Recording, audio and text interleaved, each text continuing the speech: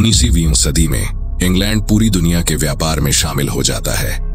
वो अपनी कॉलोनियों से रेशम और मसाले लाते हैं, लेकिन गलती से ज़ॉम्बी वायरस भी साथ ले आते हैं। जल्दी ही ये राक्षस पूरे देश में फैल जाते हैं। लाखों लोग मरकर ज़ॉम्बी बन जाते हैं और दिमाग खाने लगते हैं। जो लोग बचे हैं वो चीन और जापान से खतरनाक युद्ध कलाएं सीखते हैं। सरकार लंदन के चारों तरफ 100 फुट ऊंची दीवार बनवाती है और फिर उसके चारों ओर एक गहरी नहर खुदवाती है। दीवार और नहर के बीच की जमीन को इन बिटवीन कहा जाता है। केंट की दूसरी लड़ाई में नहर का एक पुल टूट जाता है और ज़ॉम्बी इन बिटवीन इलाके के सभी गांव वालों को मार डालते हैं। ये देखकर राजा पागल हो जाता है और लड़ाई के बाद सभी पुलों को तोड़वा देता है, बस एक को छोड़कर। अमीर लोग लंदन छोड़कर अपने अपने किले जैसे घरों में रहने लगते हैं। एक दिन कर्नल डार्सी हर्टफोर्डशायर में एक एस्टेट पर पहुंचते हैं क्योंकि सुना है कि वहां किसी को ज़ॉम्बी ने काटा है। गेट पर एक गार्ड उनकी पहचान चेक करता है और उन्हें एक सुरंग से ले जाकर एक पादरी को दिखाता है, जो चेक करता है कि उन्हें कोई काटा तो नहीं। जब सब ठीक होता है तो उन्हें घर में जाने दिया जाता है, जहां मिसेस फेदरस्टोन अपने दोस्तों के साथ ताश खेल रही होती हैं। फेदरस्टोन कहती हैं कि यहाँ कोई नहीं कटा और न ही कोई ज़ॉम्बी यहाँ सालों से आया है। डार्सी ताश खेलने का बहाना करते हैं और अपनी एक शीशी से कैरियन फ्लाइज, मक्खियां जो सड़ी गली चीजों पर जाती हैं, छोड़ते हैं। मक्खियां थोड़ी देर उड़ती हैं और एक आदमी पर बैठ जाती हैं, जिससे पता चलता है कि वो धीरे धीरे ज़ॉम्बी बन रहा है। डार्सी तुरंत अपनी शीशी तोड़कर उसे चेहरे पर मारते हैं और फिर तलवार से उसका सिर काट देते हैं। इसके बाद वो पूछते हैं, क्या ये आदमी किसी और को संक्रमित कर सकता था? फेदरस्टोन मना करती हैं, लेकिन डार्सी जाते जाते उस आदमी का सिर लात मारकर सबके सामने फेंक देते हैं। तभी फेदरस्टोन की बेटी ऊपर भागती है उस आदमी की भांजी को देखने के लिए, लेकिन देर हो चुकी होती है। वो लड़की पहले ही ज़ॉम्बी बन चुकी होती है और नौकरों पर हमला कर चुकी होती है। अब वो अपनी मौसी की बेटी पर भी हमला करती है। दूसरी तरफ मिस्टर बेनेट अपनी 5 बेटियों को हर तरह की लड़ाई और हथियार चलाने की ट्रेनिंग दे रहे होते हैं ताकि वो ज़ॉम्बियों से खुद को बचा सकें। लेकिन उनकी पत्नी चाहती है कि बेटियां शादी पर ध्यान दें। जब उन्हें पता चलता है कि एक डांस पार्टी होने वाली है तो वो अपने पति को मनाकर बेटियों को जाने की इजाजत दिलवा लेती हैं। सब बहनें बहुत खुश होती हैं, बस एलिजाबेथ को छोड़कर, जिसे ऐसे सामाजिक इवेंट पसंद नहीं। सब अपनी सबसे अच्छी ड्रेस पहनती हैं, लेकिन उसमें हथियार भी छुपा लेती हैं। पार्टी में बिंगले डार्सी से बात कर रहे होते हैं, लेकिन जैसे ही जेन को देखते हैं, उसे देखकर वो फौरन उस पर फिदा हो जाते हैं। वो उसे डांस के लिए पूछते हैं और दोनों मजे से डांस करते हैं।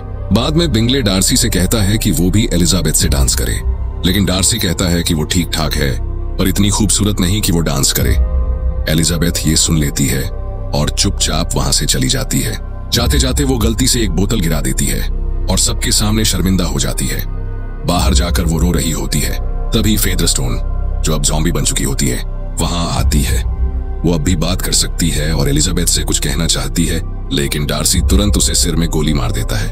गोली की आवाज सुनकर बाकी लोग भी बाहर आ जाते हैं। तभी एक और ज़ॉम्बी हमला करता है और गार्ड्स घंटी बजाकर अलार्म देते हैं। ज्यादातर लोग छुपने भागते हैं, लेकिन बेनेट बहनें तुरंत अपने हथियार निकालती हैं और ज़ॉम्बियों से लड़ना शुरू कर देती हैं।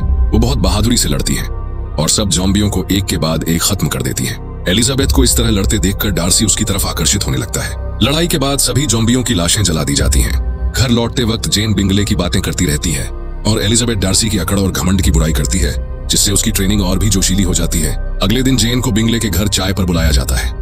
मिसेस बेनेट उसे कोच की जगह घोड़े पर भेजती है ताकि अगर बारिश हो तो जेन को वहां रात गुजारनी पड़े।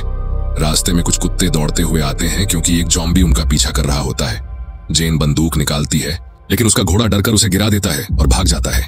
वो गोली चलाने की कोशिश करती है, लेकिन बंदूक फट जाती है और उसका हाथ जल जाता है। ज़ॉम्बी उस पर हमला करता है, लेकिन जेन बहादुरी से चाकू निकाल कर लड़ती है। वो ज़ॉम्बी के हाथ काट देती है, फिर उसकी टांगें काटती है और आखिर में उसकी छाती पर कूदकर उसका सिर कुचल देती है। तभी बारिश शुरू हो जाती है और वो देखती है कि एक ज़ॉम्बी माँ अपनी संक्रमित बच्चे को लेकर उसकी तरफ आ रही है। अगले दिन एलिजाबेथ बिंगले के घर पहुंचती है और पता चलता है कि जेन को तेज बुखार है और उसे रात वहीं रुकना पड़ा। डार्सी को शक होता है कि जेन संक्रमित हो सकती है। डॉक्टर उसकी जांच करता है और डार्सी कैरियन मक्खियां छोड़ता है, लेकिन वो जेन पर कोई रिएक्शन नहीं देती। एलिजाबेथ उन्हें पकड़कर अपनी मुट्ठी में मसल देती है और डार्सी को ताना मारते हुए लौटा देती है। बाद में जेन बिंगले और उसके दोस्तों के साथ बैठती है, लेकिन ताश खेलने से मना कर देती है और कहती है कि उसे पढ़ना पसंद है। वहां सच्ची औरत कैसी होनी चाहिए इस पर बहस छिड़ जाती है और डार्सी तय नहीं कर पाता कि वो प्रभावित हुआ है या नाराज। उसी रात एलिजाबेथ चुपके से डार्सी को बाहर ट्रेनिंग करते देखती है। अगले दिन बेनेट फैमिली जेन और एलिजाबेथ को लेने आती है।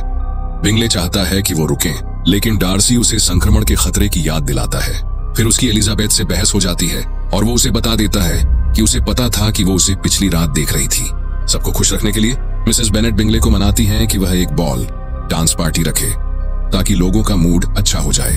घर जाते समय वे देखते हैं कि पास का अनाथालय गिर गया है और अब वहां के ज़ॉम्बी अनाथ बच्चे जंगल में घूम रहे हैं। कुछ समय बाद मिस्टर बेनेट अपने परिवार को कजिन कॉलिन से मिलवाते हैं, जिसे उनकी मौत के बाद जायदाद मिलेगी क्योंकि महिलाएं वारिस नहीं बन सकती।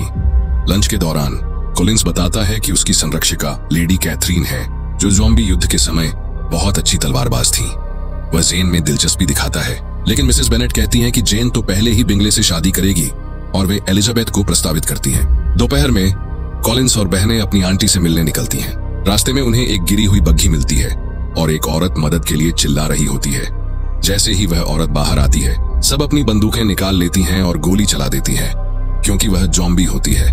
जेन उसे लात मारकर नीचे गिरा देती है। आगे यात्रा में एलिजाबेथ के लिए सारे हथियार उठाना मुश्किल होता है, लेकिन कॉलिन्स उसकी मदद नहीं करता। शहर पहुंचने पर वे नए सैनिकों को देखते हैं जो अब इस इलाके की रक्षा करेंगे।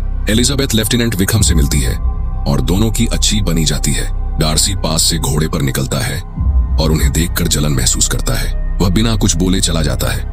विकम एलिजाबेथ को बताता है कि उसके और डार्सी के बीच पैसे को लेकर पारिवारिक झगड़ा है। उसी रात सभी बॉल में जाते हैं। जेन और बिंगले समय बिताते हैं। एलिजाबेथ विकम से बात करने की कोशिश करती है, लेकिन कॉलिन्स उसे डांस में घसीट लेता है। फिर डार्सी उसे डांस के लिए बुलाता है, लेकिन कॉलिन्स सब कुछ अजीब बना देता है और वे चले जाते हैं। डार्सी जाते वक्त मिसेस बेनेट को जेन और बिंगले की शादी की बातें करते हुए सुनता है, जिसमें वह बार बार बिंगले के पैसे की बात करती है।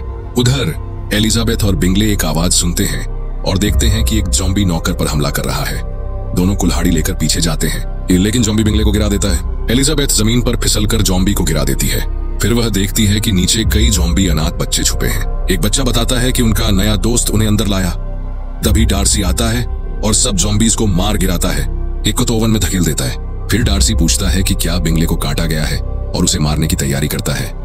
एलिजाबेथ कहती है कि वह सिर्फ गिरा था, काटा नहीं गया। जाते जाते एलिजाबेथ कहती है कि डार्सी एक शानदार योद्धा है, लेकिन बहुत बुरा दोस्त है। अगले दिन जेन को बिंगले का खत मिलता है, जिसमें लिखा है कि उसका परिवार लंदन जा रहा है और अब वह डार्सी की बहन से शादी करेगा। लंच में कॉलिन्स एलिजाबेथ को शादी के लिए प्रपोज करता है, लेकिन उसे अपने हथियार छोड़ने होंगे और अब ज़ॉम्बी से नहीं लड़ पाएगी। एलिजाबेथ मना कर देती है और गुस्से में ट्रेनिंग करने चली जाती है। माँ उसे डांटती है, लेकिन पिता उसका साथ देता है। एलिजाबेथ अपने पापा को गले लगाकर धन्यवाद कहती है, लेकिन माँ फिर भी चिल्लाती रहती है। वह शांति पाने के लिए जंगल में चली जाती है। वहां उसे 4 टॉप हैट वाले आदमी दिखते हैं और फिर विकम आ जाता है। जब वह पीछे देखती है तो वह चारों आदमी गायब होते हैं।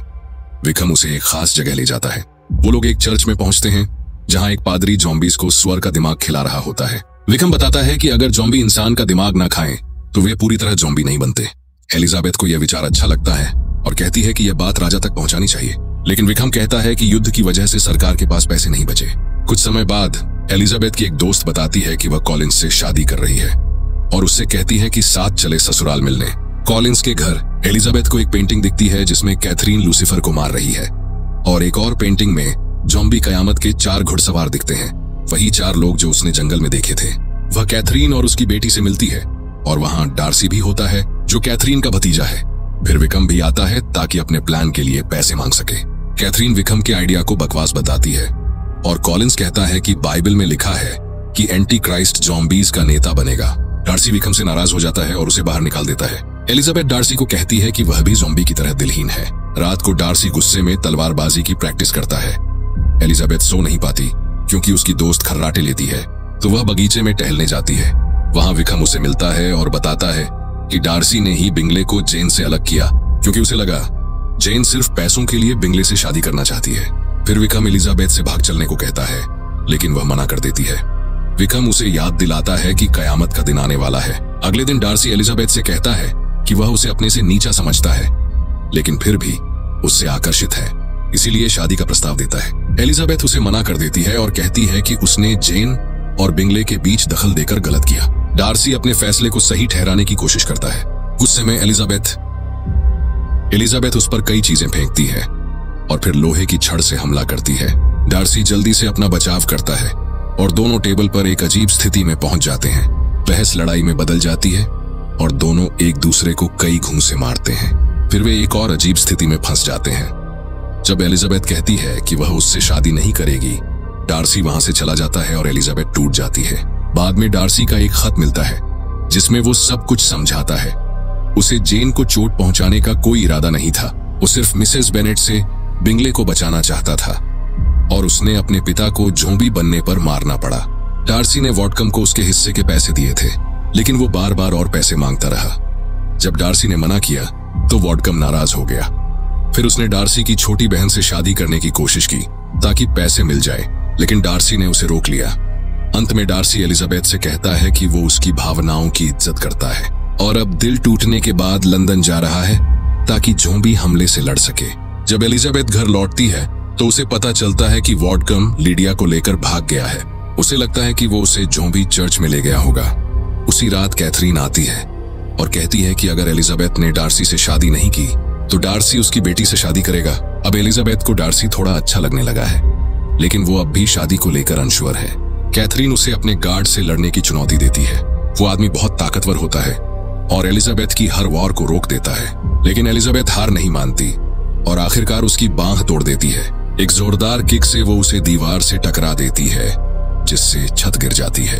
कैथरीन एलिजाबेथ को तलवार से घेर लेती है, लेकिन उसकी हिम्मत की तारीफ करती है।